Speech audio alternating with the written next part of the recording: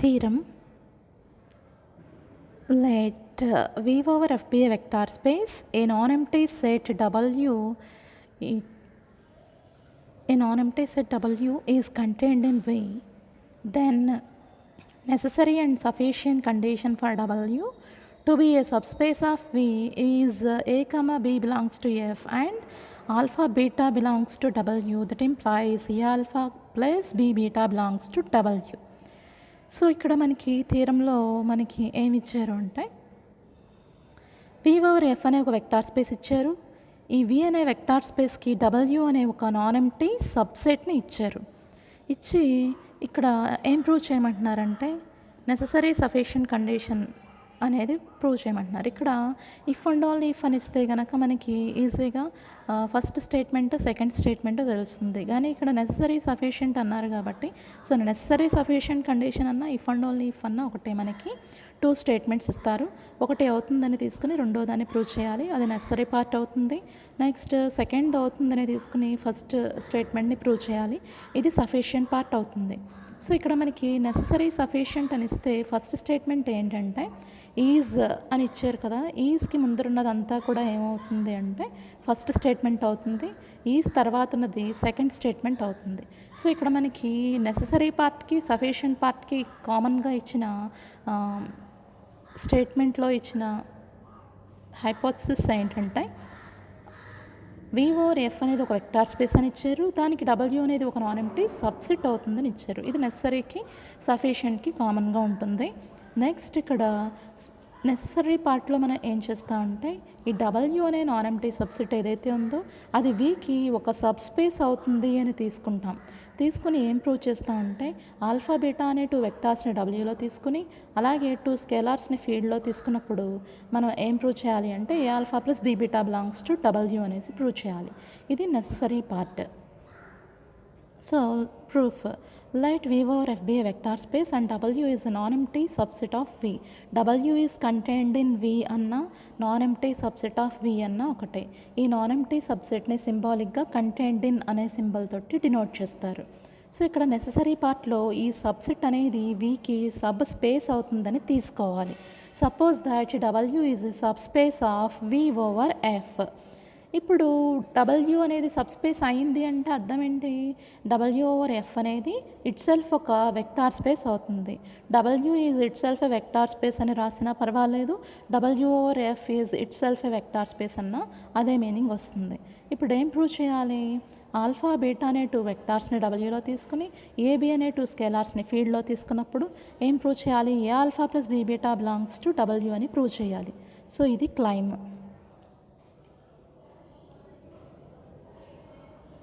So ఇది claim అనమాట, మనం ప్రూవ్ చేయాల్సింది.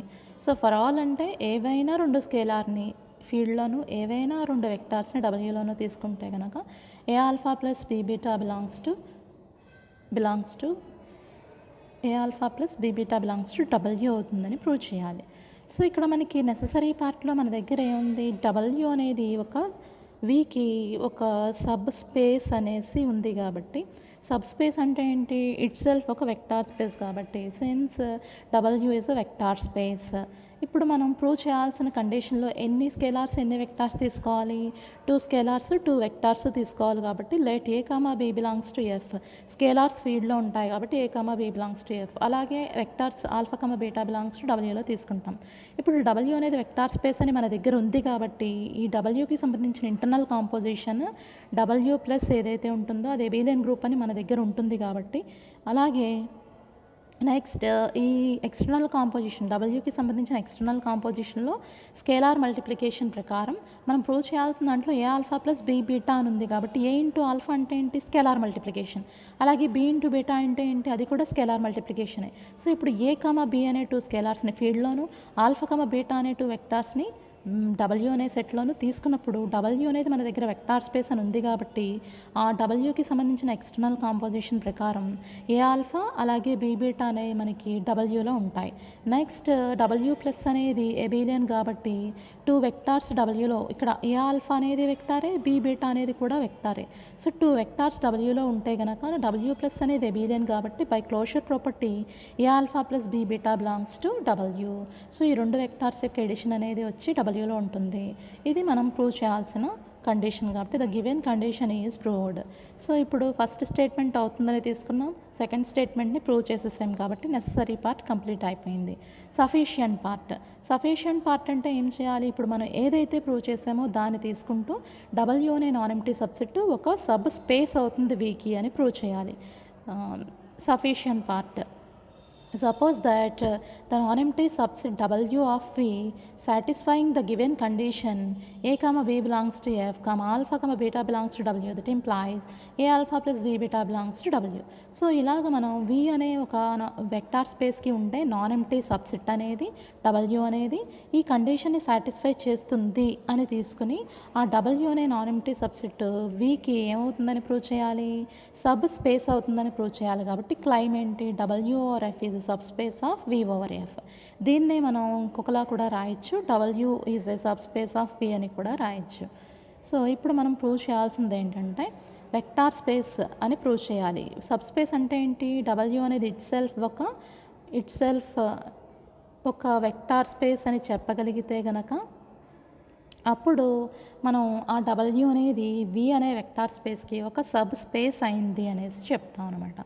సో ఇప్పుడు ఇంటర్నల్ కాంపోజిషన్ అంటే ఏంటి? డబ్ల్యూని మనం వెక్టార్ స్పేస్ అని చెప్పాలి కాబట్టి W ప్లస్ అనేది ఎబిలియన్ గ్రూప్ అని ప్రూవ్ చేయాలి. సో ఫస్ట్ క్లోజర్ లా మన దగ్గర ఉన్న కండిషన్ ఏంటి?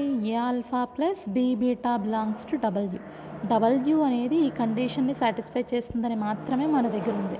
ఇప్పుడు మనం ఈ కండిషన్ని ఉపయోగించుకుంటూ W ప్లస్ అనే దాన్ని ఎబిలియన్ గ్రూప్ అని చెప్పాలి. సో ఇక్కడ మనకి క్లోజర్ ప్రాపర్టీకి ఎన్ని వెక్టార్స్ తీసుకుంటాం? డబ్ల్యూలో 2 వెక్టార్స్ తీసుకుంటాం. ఇప్పుడు మన దగ్గర ఈ కండిషన్ ఉంది, దీని నుంచి alpha plus beta belongs to W అనేది రావాలి కాబట్టి ఇందులో ఏవి అనేవి ఏంటి? స్కేలార్స్ ఇందులో ఉంటాయి, ఫీల్డ్లో ఉంటాయి కాబట్టి ఫీల్డ్లో మనకి 1 ఉంటుంది విత్ యూనిటీ ప్రకారం, అలాగే 0 కూడా ఉంటుంది. ఎడిటివ్ ఐడెంటిటీ ప్రకారం ఫీల్డ్లో 0 కూడా ఉంటుంది. అలాగే 1కి సంబంధించిన ఎడిటివ్ ఇన్వర్స్ -1 కూడా మనకి ఫీల్డ్లో ఉంటుంది. కాబట్టి ఇప్పుడు మనం ఏబీ వాల్యూస్ని 1 అని తీసుకుంటే కనుక 1 అనేది విత్ యూనిటీ ప్రకారం ఫీల్డ్లో ఉంటుంది. సో అందుకని ఏబీ వాల్యూస్ మనం 1 తీసుకుంటాం. ఇలా ఏబీ వాల్యూస్ని 1 తీసుకుంటే ఏ ఆల్ఫా ప్లస్ బీ బీటా అనే కండిషన్ మాత్రమే మన దగ్గర ఉంది కాబట్టి ఇందులో మనం ఏబీ ప్లస్లో 1ని సబ్స్టిట్యూట్ చేస్తే కనుక ఇలా వస్తుంది. బై గివెన్ కండిషన్ అంటే ఇది. ఈ కండిషన్ ప్రకారం ఏబీ ప్లస్లో 1 పెడితే కనుక 1 ఇంటూ ఆల్ఫా 1 ఇంటూ బీటా అవుతుంది. So alpha plus beta belongs to W. So closure ప్రాపర్టీలో 2 వెక్టార్స్ని డబ్ల్యూలో తీసుకుంటే వాటి ఎడిషన్ వచ్చి డబ్ల్యూలో ఉంది అంటే క్లోజర్ ప్రాపర్టీ సాటిస్ఫై అవుతుంది. So therefore W plus is closed. ఇక్కడ W plus is closed. Next associative and commutative law. Associative లాని కామిటేటివ్ లాని ఒకేసారి చేసేయచ్చు. అసోసియేటివ్ లాకి మనకి ఎన్ని వెక్టార్స్ కావాలి? డబ్ల్యూలో 3 వెక్టార్స్ కావాలి. అలాగే కామిటేటివ్కి ఎన్ని వెక్టార్స్ కావాలి? 2 వెక్టార్స్ కావాలి డబ్ల్యూలో. సో అందుకని మొత్తానికి మనం ఎన్ని వెక్టార్స్ తీసుకుంటామంటే 3 వెక్టార్స్ మనం డబ్ల్యూలో తీసుకుంటాం. డబ్ల్యూని అసోసియేటివ్ కామిటేటివ్ అని చెప్పాలి కాబట్టి డబ్ల్యూలో మనం 3 వెక్టార్స్ తీసుకుంటాం. ఇలా తీసుకున్న తర్వాత మన దగ్గర W అనేది వీక్ ఏమనుంది? సబ్సెట్ అని ఉంది. అంటే డబ్ల్యూలో ఉన్న వెక్టార్స్ అన్నీ కూడా ఇందులోంచి వచ్చినాయి, వీలోంచి వచ్చినాయే కాబట్టి సో ఈ ఆల్ఫా బీటా గామాలు ఇందులో ఉంటాయి, వీలో ఉంటాయి. ఆల్రెడీ మనకి V ఓవర్ F అనేది ఏమని ఇచ్చారు? వెక్టార్ స్పేస్ అని ఇచ్చారు కాబట్టి సో ఈ వెక్టార్ స్పేస్లో ఉన్న ఇంటర్నల్ కాంపోజిషన్ ప్రకారం V ప్లస్ అనేది ఎబిలియన్ కాబట్టి అసోసియేటివ్ అవుతుంది, కామిటేటివ్ కూడా అవుతుంది. సో ఆల్ఫా బీటా గామా అనేవి వీలో ఉన్నాయి, V ప్లస్ అనేది అసోసియేటివ్ కామిటేటివ్ అవుతుంది కాబట్టి అసోసియేటివ్ ప్రాపర్టీని కామిటేటివ్ ప్రాపర్టీని రాయాలి. So alpha plus beta plus gamma is equal to alpha plus beta plus gamma and commutative alpha plus beta is equal to beta plus alpha. So ఇవన్నీ మనకి డబ్ల్యూలో కూడా ఉన్నాయి కాబట్టి W అనేది కూడా ఏమవుతుంది? అసోసియేటివ్ అండ్ కామిటేటివ్ కూడా అవుతుంది అనమాట. సో నెక్స్ట్ ఏంటి? ఎగ్జిస్టెన్స్ ఆఫ్ ఐడెంటిటీ అంటే ఏంటి? W ప్లస్ కాబట్టి మనకి ఎంత రావాలి? 0 బార్ బిలాంగ్స్ టు W రావాలి. సో ఇలా రావడం కోసం మన దగ్గర ఉన్నది ఓన్లీ ఒక కండిషన్ మాత్రమే, a alpha plus b beta belongs to W. ఇది మాత్రమే ఉంది మన దగ్గర. సో దీని నుంచి మనకి 0 బార్ రావాలి అంటే ఏబి అనేవి స్కేలార్స్ కాబట్టి 0 అనేది ఫీల్డ్లో ఉంటుందని చెప్పుకున్నాం కాబట్టి ఏబి వాల్యూస్ని 0s తీసుకుని given condition a alpha plus b beta belongs to W ఇందులో కనుక సబ్స్టిట్యూట్ చేస్తే ఏబి వాల్యూస్ 0 పెడితే కనుక మనకి ఇలా వస్తుంది. జీరో ఇంటూ ఆల్ఫా అంటే ఏంటి, జీరోనే. కాకపోతే ఇక్కడ scalar zero into vector alpha, వచ్చే వెక్టార్ ఏమవుతుంది, అదే వచ్చే జీరో అనేది ఏమవుతుంది, జీరో వెక్టార్ అవుతుంది. So zero into anything is always zero. కాకపోతే ఇక్కడ జీరోనా జీరో బార్ అంటే స్కేలారా వెక్టారా అంటే కనుక zero scalar, alpha vector. Scalar into vector ఏమవుతుంది, వెక్టార్ వస్తుంది. కాబట్టి ఇక్కడ జీరోకి పైన బార్ పెడతా అంటే జీరో వెక్టార్ వస్తుంది అనమాట. సో అలాగే జీరో ఇంటూ బీటా కూడా జీరో బార్ అవుతుంది. Zero bar plus zero bar అంటే రెండు వెక్టార్స్ని యాడ్ చేస్తే వచ్చేది కూడా వెక్టారే కాబట్టి zero bar belongs to W. So ఇలాగ మనకి జీరో బార్ అనే identity vector or zero vector అనేది డబ్ల్యూలో దొరికింది. Next existence of inverse. Existence of inverse అనేసరికి మనం ఒక ఆల్ఫాని తీసుకుంటే మైనస్ ఆల్ఫా వచ్చి మళ్ళీ డబ్ల్యూలో ఉండాలి. ఇలా ఉంటే కనుక ఆల్ఫాకి మైనస్ ఆల్ఫా అనేది ఏమవుతుంది, ఎడిటివ్ ఇన్వర్స్ అవుతుంది. సో మన దగ్గర a alpha plus b beta belongs to W condition ఉంది కాబట్టి మనం ఏం చేస్తామంటే alpha comma beta belongs to W అని తీసుకుంటాం. నెక్స్ట్ ఇక్కడ ఆల్ఫా అనేది కనుక మీ ఇక్కడ డబ్ల్యూలో ఉంది అని చూసుకుంటే దానికి ఎడిటివ్ ఇన్వర్స్ ఏం రావాలి, మైనస్ ఆల్ఫా రావాలి. అందుకోసం మనం ఏం చేయాలి అంటే బీ ప్లేస్లో జీరో తీసుకోవాలి, ఏ ప్లేస్లో -1 తీసుకుంటే కనుక అప్పుడు -1 ఇంటూ ఆల్ఫా మైనస్ ఆల్ఫా వస్తుంది, zero into beta zero bar అవుతుంది. So minus alpha plus zero bar ఎంత, మైనస్ ఆల్ఫా వస్తుంది. కాబట్టి సో మనకి ఎంత తీసుకోవాలి అంటే ఏ వాల్యూ -1 తీసుకోవాలి. -1 ఖచ్చితంగా ఎఫ్లో ఉంటుంది. అలాగే జీరో బీని జీరో కింద తీసుకోవాలి. తీసుకుని given condition a alpha plus b beta, a alpha plus b బీటాలో ఏబీ వాల్యూస్ పెడితే కనుక -1 into alpha plus zero into beta belongs to W. So minus alpha plus zero bar అంటే ఎంత వస్తుంది, జీరో బార్ అంటే ఎంత వస్తుంది, మైనస్ ఆల్ఫా వస్తుంది. కాబట్టి so minus alpha belongs to W. So ఇక్కడ మనకి క్లోజర్ ప్రాపర్టీ సాటిస్ఫై అయింది, అసోసియేటివ్ కామ్యుటేటివ్ ఐడెంటిటీ ఎలిమెంట్ దొరికింది, ఇన్వర్స్ ఎలిమెంట్ దొరికింది. కాబట్టి డబ్ల్యూ ప్లస్ అనేది ఏమవుతుంది, అబీలియన్ గ్రూప్ అవుతుంది. So minus alpha is additive inverse of alpha in W, therefore W plus is abelian group. మనం కామ్యుటేటివ్ పైన associative దగ్గర చేసేసాం కాబట్టి 5 కండిషన్స్ని డబ్ల్యూ అనేది ప్లస్ అనే బైనరీ ఆపరేషన్ ఉపయోగించుకుంటూ ఈ 5 కండిషన్స్ని సాటిస్ఫై చేసింది. కాబట్టి డబ్ల్యూ ప్లస్ అనేది ఏమవుతుంది, అబీలియన్ గ్రూప్ అవుతుంది. నెక్స్ట్ డబ్ల్యూ అనేది ఎక్స్టర్నల్ కాంపోజిషన్ని సాటిస్ఫై చేస్తుందని ప్రూవ్ చేయాలి. కాబట్టి ఎక్స్టర్నల్ కాంపోజిషన్లో మనకి 5 కండిషన్స్ ఉంటాయి. First scalar multiplication. స్కేలార్ మల్టిప్లికేషన్కి ఏం చేయాలి, ఒక వెక్టార్ని డబ్ల్యూలో తీసుకోవాలి, ఒక స్కేలార్ని ఫీల్డ్లో తీసుకోవాలి. కానీ ఇక్కడ మన దగ్గర ఉన్న కండిషన్ ఏంటి, a alpha plus b beta belongs to W అనే కండిషన్ ఉంది. కాబట్టి మనకి ఇందులో 2 వెక్టార్స్ 2 స్కేలార్స్ ఉన్నాయి. కాబట్టి మనం ఏం చేస్తామంటే let alpha comma beta belongs to W అని తీసుకుంటాం. తీసుకున్నాక మనకి ఏం రావాలి, ఏ ఆల్ఫా బిలాంగ్స్ టు డబ్ల్యూ అని వస్తే చాలు. అందుకోసం బీ వాల్యూ ఎంత తీసుకుంటాం అంటే 0 తీసుకుంటాం అనమాట. So a alpha belongs to W అని రావడం కోసం మనం ఇక్కడ ఏం చేస్తామంటే బీ వాల్యూ 0 చేస్తాం. ఒకవేళ మీరు b beta belongs to W అని చెప్పాలనుకోండి, ఏదైనా ఒక స్కేలార్ ఒక వెక్టార్ని మల్టిప్లై చేస్తే వచ్చే ప్రొడక్ట్ అనేది స్కేలార్ మల్టిప్లికేషన్ అనేది డబ్ల్యూలో ఉంటుందని చెప్తే సరిపోతుంది. సో ఇలాగ b beta belongs to W అని చెప్పాలనుకుంటే ఏ వాల్యూ ఎంత తీసుకోవాలి, అప్పుడు 0 తీసుకోవాలి. సో ఏదో ఒకటి a alpha belongs to W అని చెప్పినా పర్వాలేదు, b beta belongs to W అని చెప్పినా పర్వాలేదు. సో ఏదో ఒకటే చెప్పాలి. కాబట్టి నేను ఇక్కడ ఏం చేశానంటే బీ వాల్యూ 0 తీసుకున్నాను. గివెన్ కండిషన్ ప్రకారం ఏమవుతుంది, a alpha plus 0 into beta belongs to W అవుతుంది. 0 ఇంటూ బీటా అంటే ఎంత, 0 bar. So a alpha plus 0 bar అంటే ఎంత వస్తుంది, ఏ ఆల్ఫా ప్లస్ 0 బార్ అంటే మనకి ఏ ఆల్ఫా వస్తుంది. So a alpha belongs to W. A అనేది ఏమో ఫీల్డ్లో ఉంది. అలాగే సో ఇక్కడ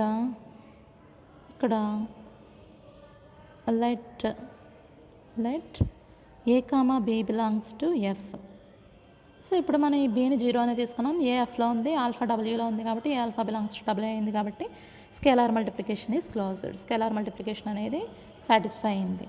ఇప్పుడు మిగతా 4 కండిషన్స్ కోసం మనం ఏం చేస్తామంటే మిగతా 4 కండిషన్స్ కోసం ఎన్ని వెక్టార్స్ ఎన్ని స్కేలార్స్ తీసుకోవాలో చూస్తే కనుక మనకి 2 వెక్టార్స్ని డబ్ల్యూలో తీసుకోవాలి, 2 స్కేలార్స్ని ఫీల్డ్లో తీసుకోవాలి. ఇప్పుడు డబ్ల్యూ అనేది వీకి సబ్సెట్ అని స్టేట్మెంట్లో ఉంది. కాబట్టి ఈ డబ్ల్యూలో ఉన్న వెక్టార్స్ అన్నీ వీలో ఉంటాయి. కాబట్టి ఆల్ఫా బీటా అనేవి వీలో ఉంటాయి. అలాగే ఏబిఎఫ్లో ఉన్నాయి. కాబట్టి వి అనేది మనకి ఏమని ఇచ్చారు, వెక్టార్ స్పేస్ అని స్టేట్మెంట్లో ఇచ్చారు. కాబట్టి వెక్టార్ స్పేస్లో ఉన్న వీకి సంబంధించిన వెక్టార్ స్పేస్లో ఉన్న ఎక్స్టర్నల్ కాంపోజిషన్లో 4 కండిషన్స్ మన దగ్గర ఉన్నట్టే. సో ఆ 4 కండిషన్స్ మనం ఇక్కడ రాసేయాలి. సో ఈ 4 కండిషన్స్లో ఉన్న ఏబీ ఆల్ఫా బీటాలు డబ్ల్యూలో కూడా ఉన్నాయి, అలాగే ఏబీలో ఎఫ్లో ఉన్నాయి. కాబట్టి సో డబ్ల్యూ అనేది ఏమవుతుంది అంటే ఒక వెక్టార్ స్పేస్ అవుతుంది. డబ్ల్యూ అనేది ఎక్స్టర్నల్ కాంపోజిషన్ని సాటిస్ఫై చేస్తుంది. సో ఆల్ఫా అనేది డబ్ల్యూలో ఉంది. కాబట్టి ఇక్కడ ఏం చేస్తామంటే ఆల్ఫా బిలాంగ్స్ టు డబ్ల్యూ అని రాస్తాం. సో ఇక్కడ వీలో జరిగింది అంటే ఖచ్చితంగా డబ్ల్యూ అనేది వీకి సబ్సెట్ కాబట్టి డబ్ల్యూకి కూడా ఈ కండిషన్స్ అన్నీ పాసిబుల్ అవుతాయి, జరుగుతాయి అనమాట, సాటిస్ఫై అవుతాయి. సో డబ్ల్యూ అనేది ఏమైంది, ఒక వెక్టార్ స్పేస్ అయింది. వీకి ఉన్న ఫీల్డ్ని ఉపయోగించుకుంటూ డబ్ల్యూ అనేది ఒక వెక్టార్ స్పేస్ అయింది. అలాగే డబ్ల్యూ అనేది వీకి సబ్సెట్ కాబట్టి డబ్ల్యూ అనేది ఏమవుతుంది అంటే వీకి ఒక సబ్ స్పేస్ అవుతుంది. So therefore W over F is a subspace of V over F. Next theorem. The intersection of any two subspaces W1 and W2 of V over F is also a subspace.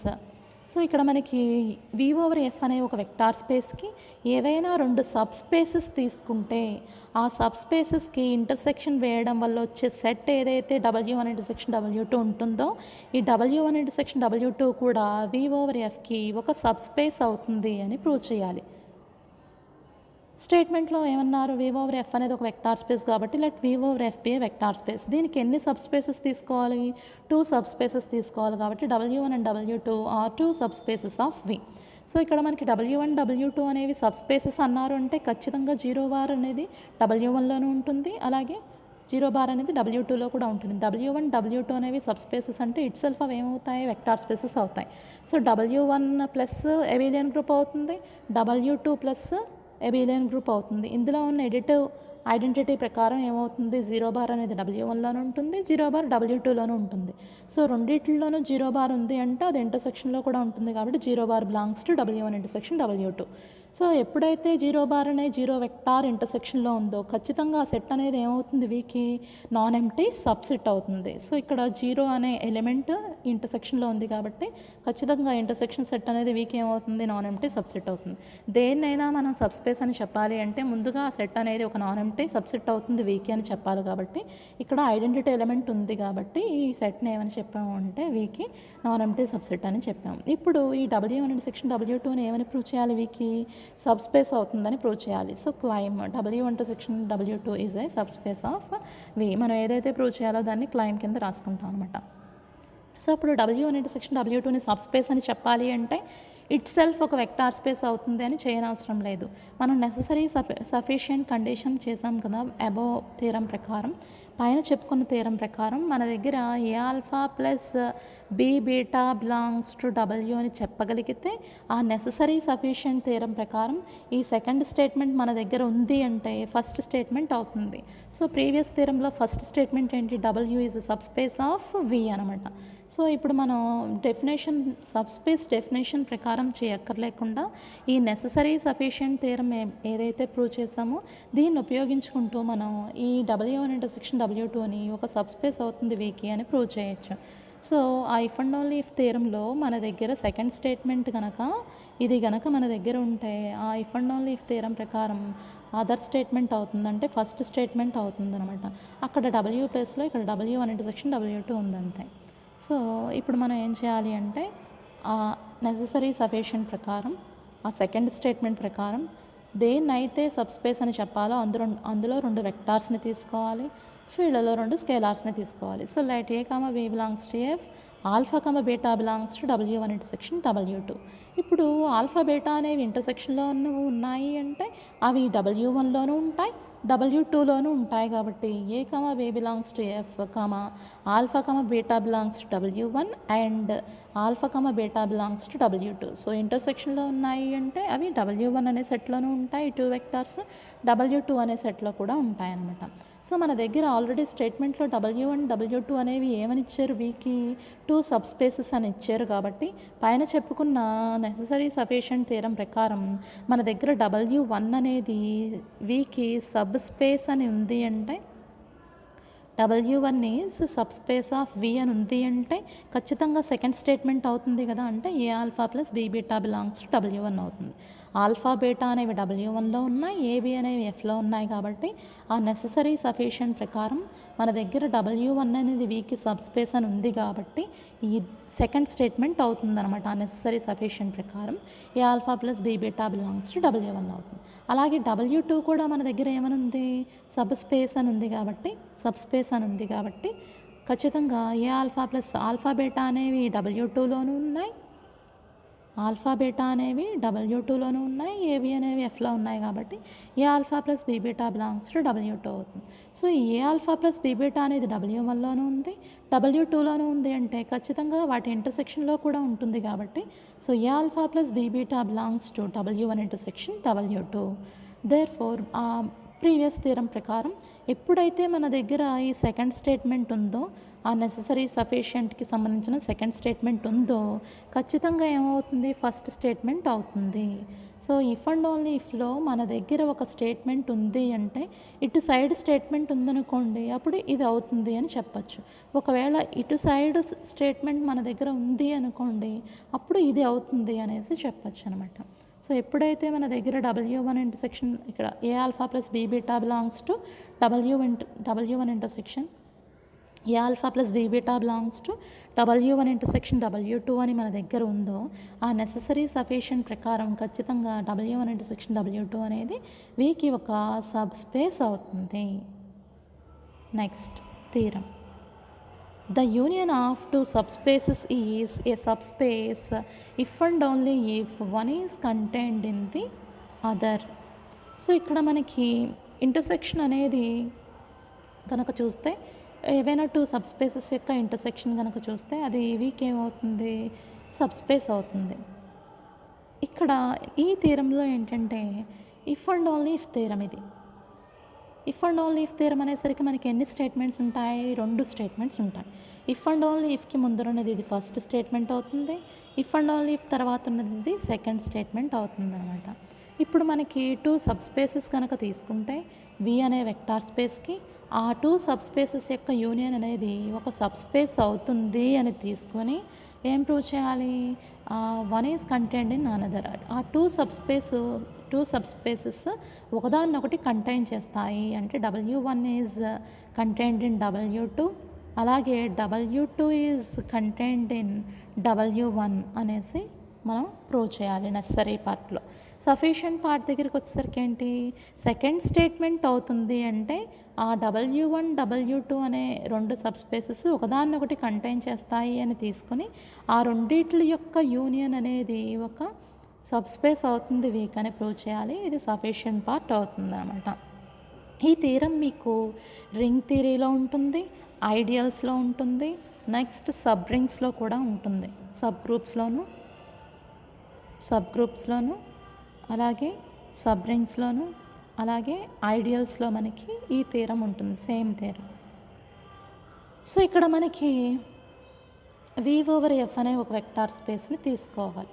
దీనికి 2 subspaces కూడా తీసుకోవాలి. W1 W2 అనే 2 subspaces వీకి తీసుకోవాలి. ఇవి 2 కూడా మనకి necessary పార్ట్కి sufficient పార్ట్కి కామన్గా ఉంటాయి. ఇప్పుడు నెససరీ పార్ట్లో ఏం తీసుకోవాలి, W1 W2 యూనియన్ ఏదైతే ఉందో అది వీకి సబ్స్పేస్ అవుతుంది అని తీసుకోవాలి. కాబట్టి suppose that W1 union W2 is a subspace of V. ఇప్పుడు క్లైమ్ ఏం ప్రూవ్ చేయాలి, W1 అనేది W2కి సబ్సెట్ అవుతుంది, లేకపోతే W2 అనేది W1కి సబ్సెట్ అవుతుంది. అంటే W1 is contained in W2 or W2 is contained in W1 అవుతుంది అనేసి ప్రూవ్ చేయాలి. ఇక్కడ ఈ థియరం ఎలా చేస్తామంటే, ఇది మనం ఏదైతే ప్రూవ్ చేయాలో అది అవ్వదు అని తీసుకుంటాం. ఇలా కాదు, నాట్ కంటైన్డ్ ఇన్ అవుతుంది అని తీసుకుని మనం ఏదైతే తీసుకున్నామో అది తప్పు అని ప్రూవ్ చేస్తాం. సో ఇలా తప్పు అన్నాము అంటే మనం తీసుకున్న దానికి కాంట్రడిక్షన్ తీసుకొచ్చాము అంటే ఏదైతే ప్రూవ్ చేయాలో అదే కరెక్ట్ అవుతుందన్నమాట. సో అందుకని మనం ఏం చేస్తామంటే రివర్స్ స్టేట్మెంట్ని తీసుకుని మనం తీసుకున్న స్టేట్మెంట్ తప్పని ప్రూవ్ చేసాము అంటే ఏది కరెక్ట్ అయితే అదే మనం ప్రూవ్ చేసినట్టు. సో ఇప్పుడు మనం ఇది ప్రూవ్ చేయాలి, W1 is contained in W2 or W2 is contained in W1 అనేది ప్రూవ్ చేయాలి. ఇది ప్రూవ్ చేయాలి కాబట్టి నేను ఇది అవ్వదు అని తీసుకుంటాను. Suppose W1 is not contained in W2 or W2 is not contained in W1. W1 W2కి సబ్సెట్ అవ్వదు, లేకపోతే W2 అనేదైనా W1కి సబ్సెట్ అవ్వదు అని తీసుకుంటున్నాను.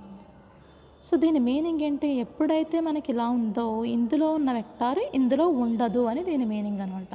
సో అదే కింద రాస్తాం, W1 is not contained in W2 అంటే అర్థం ఏంటి? There exist alpha belongs to W1. ఇందులో ఏదైనా ఒక వెక్టార్ ఉంటే అది W2లో ఉండదు అని అర్థం. So alpha belongs to W1 and alpha not belongs to W2. దీన్ని 1 అనుకుందాం. Next W2 is not contained in W1 అయితే కనుక ఇప్పుడు బీటా అనేది W2లో తీసుకుంటే బీటా అనేది ఎందులో ఉండదు? W1లో ఉండదు. దీన్ని ఈక్వేషన్ 2 అనుకుందాం. ఇప్పుడు అసలు W1 W2లో ఉన్న వెక్టార్స్ ఏంటి? ఆల్ఫా అనేది W1లో ఉంది, బీటా అనేది W2లో ఉంది. మన దగ్గర నెసరీ పార్ట్లో ఏముంది? W1 యూనియన్ W2 అనేది వీకి సబ్స్పేస్ అవుతుంది అని మన దగ్గర ఉంది కాబట్టి మనకి కావాల్సింది ఏంటి? యూనియన్ సెట్ కావాలి. అందుకోసం మనం ఏం చేస్తామంటే యూనియన్ సెట్ని రాస్తాం. ఆల్ఫా అనేది W1లో ఉంది, బీటా అనేది W2లో ఉంది కాబట్టి యూనియన్ సెట్లో 2 వెక్టార్స్ వచ్చేస్తాయి కాబట్టి that implies alpha beta belongs to W1 union W2. W1 union W2 అనేది వీక్ ఏమన్నారు? సబ్స్పేస్ అన్నారు. అంటే ఇట్ సెల్ఫ్ ఏమవుతుంది? ఒక వెక్టార్ స్పేస్ అవుతుంది. ఒక వెక్టార్ స్పేస్ అయింది అంటే W1 plus W1 union W2 plus అనేది ఏమవుతుంది?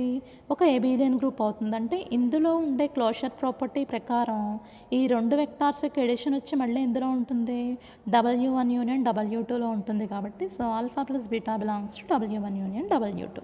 ఇప్పుడు యూనియన్లో ఉన్నాయి అంటే ఈ ఆల్ఫా ప్లస్ బీటా అనే వెక్టార్ యూనియన్లో ఉంది అంటే అయితే W1లోనైనా ఉండొచ్చు ఆర్ W2లోనైనా ఉండొచ్చు కాబట్టి so alpha plus beta belongs to W1 or alpha plus beta belongs to W2.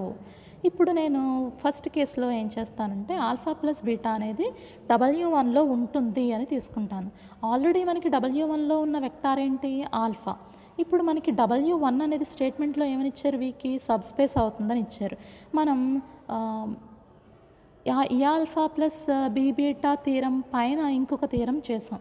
అదేంటి? W అనేది వీకి సబ్స్పేస్ అయితే కనుక if and only if first condition alpha minus beta belongs to alpha minus beta belongs to W for all alpha beta belongs to W.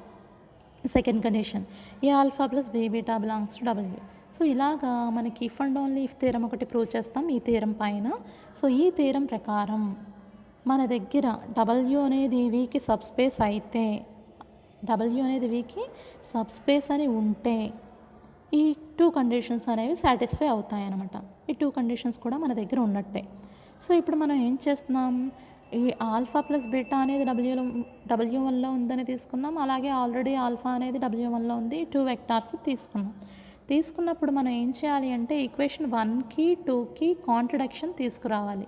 మన దగ్గర ఇప్పుడు alpha belongs to W2 అని ఉంది కదా, నాట్ బిలాంగ్స్ టు W2 అని తీసుకురావాలి. అలాగే beta not belongs to equation 2 beta not belongs to W1 ఉంది. దీనికి కూడా కాంట్రడిక్షన్ తీసుకురావాలి. అందుకోసం మనం ఏం చేస్తామంటే ఆల్రెడీ మనం ప్రీవియస్గా ప్రూవ్ చేసిన థియరం ఏదైతే ఉందో దాన్ని యూజ్ చేసుకుంటాం. సో ఎప్పుడైతే W అనేది మనకి వీకి సబ్స్పేస్ అని ఉందో ఖచ్చితంగా 2 కండిషన్స్ కూడా మన దగ్గర ఉన్నట్టే. ఇప్పుడు మన దగ్గర W ప్లస్లో ఏముంది? W1 అనేది ఉంది. సో W1 అనేది మన దగ్గర వీకి సబ్స్పేస్ అని ఉంది కాబట్టి ఈ కండిషన్ ఉపయోగించుకోవచ్చు కదా.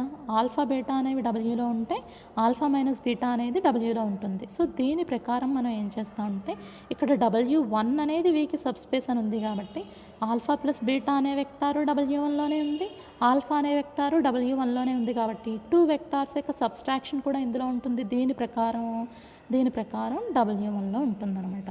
So alpha plus beta minus alpha. ఇక్కడ ఆల్ఫా ప్లస్ బీటా అనేది ఒక వెక్టారే, 2 వెక్టార్స్ని యాడ్ చేస్తే ఒక వెక్టారే వస్తుంది. సో కనిపించడానికి అక్కడ 2 కనిపించిన ఆల్ఫా ప్లస్ బీటా అంటే ఒక వెక్టారే అవుతుంది. సో ఇప్పుడు ఈ ప్లస్ మైనస్ పోయి మనకి ఎంత మిగులుతుంది అంటే బీటా బిలాంగ్స్ టు W అవుతుంది. కానీ మనకి ఈక్వేషన్ 1లో ఏముంది? ఈక్వేషన్ 2లో ఏముంది? Beta not belongs to W1 ఉంది. కానీ ఇక్కడ ఏమొచ్చింది? ఇలా తీసుకోవడం వలన మనకి బీటా అనేది W1లో ఉంటుందని వచ్చింది కాబట్టి మన దగ్గర ఉన్న ఈక్వేషన్ 2కి ఇది కాంట్రడిక్షన్ అవుతుందన్నమాట. So next alpha plus beta అనేది W1లో ఉంటుంది అనడం వల్ల ఈక్వేషన్ 2కి కాంట్రడిక్షన్ వచ్చింది కాబట్టి ఆల్ఫా ప్లస్ బీటా అనేది W2లో ఉంటుందేమో అనేసి తీసుకుంటాం. అంటే ఇక్కడ ఆల్ఫా ప్లస్ బీటా అనేది W1లో ఉంటుందని తీసుకోవడం వల్ల ఈక్వేషన్ 2కి కాంట్రడిక్షన్ వచ్చింది కాబట్టి అది తప్పు. అంటే మనం తీసుకున్న alpha plus beta belongs to W అనేది తప్పు. అంటే ఆల్ఫా ప్లస్ బీటా అనేది ఏమైంది, నాట్ బిలాంగ్స్ టు W1 అవుతుంది అనమాట. సో ఇది ఆల్ఫా ప్లస్ బీటా అనేది W1లో లేదు అంటే ఒకవేళ W2లో ఉండొచ్చు కదా. సో అందుకని కేస్ 2 ప్రకారం మనం ఏం చేస్తామంటే కేస్ టూలో ఆల్ఫా ప్లస్ బీటా అనేది W2లో ఉంటుంది అని తీసుకుంటాం. ఆల్రెడీ W2లో ఉన్న వెక్టార్ ఏంటి, బీటా. సో ఇప్పుడు ఆల్ఫా ప్లస్ బీటా అనే ఒక వెక్టార్ W2లో ఉంది, బీటా అనే ఒక వెక్టార్ W2లో ఉంది. కాబట్టి ఆల్రెడీ మనకి W2 అనేది ఏమనుంది స్టేట్మెంట్లో, వీకి సబ్స్పేస్ అని ఉంది. కాబట్టి ఈ థీరం ప్రకారం ఏం చేస్తామంటే ఎప్పుడైతే మన దగ్గర W అనేది వీకి సబ్స్పేస్ అని ఉందో, ఇక్కడ W ప్లస్లో W2 ఉంది. సో ఈ రెండు వెక్టార్స్ యొక్క సబ్స్ట్రాక్షన్ వచ్చి ఎందులో ఉంటుంది, W2లో ఉంటుంది. కాబట్టి alpha plus beta minus beta belongs to W. ఈ బీటా క్యాన్సిల్ అయిపోతే ఆల్ఫా బిలాంగ్స్ టు W2 అవుతుంది. కానీ మనం తీసుకున్న దాని ప్రకారం ఆల్ఫా అనేది W2లో ఉంటుందా, ఉండదు. W1 not contained in W2 అనేది తీసుకున్నాం కాబట్టి ఆల్ఫా అనేది ఎట్టి పరిస్థితుల్లోనూ W2లో ఉండదు. కాబట్టి ఈక్వేషన్ 1కి ఇక్కడ ఏమి ఇచ్చింది, కాంట్రడిక్షన్ వచ్చింది. ఈక్వేషన్ 1కి ఇక్కడ కాంట్రడిక్షన్ వచ్చింది. సో ఇక్కడ మనం ఆల్ఫా ప్లస్ బీటా అనేది W2లో ఉంటుందని కేస్ 2లో తీసుకోవడం వలన మనకి మన దగ్గరున్న ఫస్ట్ ఈక్వేషన్కి కాంట్రడిక్షన్ వచ్చింది. సో కాంట్రడిక్షన్ వచ్చింది అంటే ఖచ్చితంగా ఆల్ఫా ప్లస్ బీటా అనేది W2లో కూడా ఉండదు. సో ఆల్ఫా ప్లస్ బీటా అనేది W1లోనూ ఉండటం లేదు, అలాగే W2లోనూ ఉండడం లేదు. అంటే ఆల్ఫా ప్లస్ బీటా అనేది ఎందులో కూడా ఉండదు, W1 యూనియన్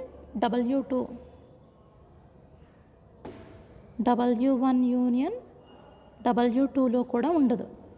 సో ఈ W1 యూనియన్ W2లో ఆల్ఫా ప్లస్ బీటా లేదు అంటే క్లోజర్ ప్రాపర్టీ ఏమైనట్టు, ఫెయిల్ అయినట్టు. క్లోజర్ ప్రాపర్టీ ఫెయిల్స్ అనమాట. క్లోజర్ ప్రాపర్టీ ఏమైంది, ఫెయిల్ అయింది. అంటే W1 యూనియన్ W2 అనేది వీకి సబ్స్పేస్ కాదు అని వస్తుంది. ఎందుకు ఇదంతా వచ్చింది, మనం ఏం తీసుకున్నాం, W1 is not contained in W2 or W2 is not contained in W1 అని తీసుకోవడం వల్ల W1 యూనియన్ W2 అనేది వీకి సబ్స్పేస్ కాదు అని వస్తుంది, నాట్ సబ్స్పేస్ అనేసి వస్తుంది. కాబట్టి మనం తీసుకున్న ఈ W1 not contained in W2 or W2 not contained in W1 అనేది తప్పు అనమాట. సో ఖచ్చితంగా W1 యూనియన్ W2 అనేది వీకేంటి, సబ్స్పేసే. మనం ఇలా తీసుకోవడం వల్ల ఇది సబ్స్పేస్ కాదు అని వస్తుంది. కాబట్టి మనం తీసుకున్నదే రాంగ్ అనమాట. సో ఇది అవ్వడం లేదు అంటే ఖచ్చితంగా ఏమవుతుంది, మనం ఏది ప్రూవ్ చేయాలో అది అవుతుంది అనమాట. సో ఇదంతా మనం చెప్పనవసరం లేదు. ఏది alpha plus beta not belongs to W1, not belongs to W2. So ఇలా అయింది అంటే alpha plus beta not belongs to W1 union W2. So W1 union W2కి కాంట్రడిక్షన్, యూనియన్ W2 అనే సబ్స్పేస్కి కాంట్రడిక్షన్ వచ్చింది. ఇదంతా ఏం రాయనవసరం లేదు. సో ఇంతవరకు చేస్తే చాలు. సో ఎప్పుడైతే ఇలాగా 1కి 2కి కాంట్రడిక్షన్ వచ్చిందో మనం తీసుకున్న ఈ W1 not contained in W2 or W2 not contained in W1 అనేది రాంగ్ అనమాట. సో ఎప్పుడైతే ఇది రాంగ్ అయిందో ఇంకా మిగతాది ఏది కరెక్ట్ అవుతుంది, కంటైన్డ్ ఇన్ అనేది కరెక్ట్ అవుతుంది. So therefore W1 is contained in W2 or W2 is contained in W1. So contained in అంటే మీనింగ్ ఏంటి, W1 is contained in W2 అంటే అర్థం ఏంటంటే W1 అనేది W2కి సబ్సెట్ అవుతుంది, దీని నుంచి ఇది వస్తుంది అని దీని మీనింగ్. ఆర్ అయితే అలాగైనా అవ్వచ్చు, లేకపోతే W2 అనేది W1కి సబ్సెట్ అయినా అయి ఉండొచ్చు. అంటే W2 అనేది W1కి సబ్సెట్ అంటే W1లోంచి W2 అనేది కూడా రావచ్చు. సో రెండిట్లో ఏదో ఒకటి జరగచ్చు అనమాట. నెక్స్ట్ సఫిషియంట్ పార్ట్ ఏం చేయాలి, W1 W2 అనే 2 సబ్స్పేసెస్ మన దగ్గర ఉన్నప్పుడు అవి ఒకదాన్నొకటి కంటైన్ చేస్తాయి అని తీసుకుని అప్పుడు W1 యూనియన్ W2 అనేది వీకి సబ్స్పేస్ అవుతుంది అనేసి ప్రూవ్ చేయాలన్నమాట.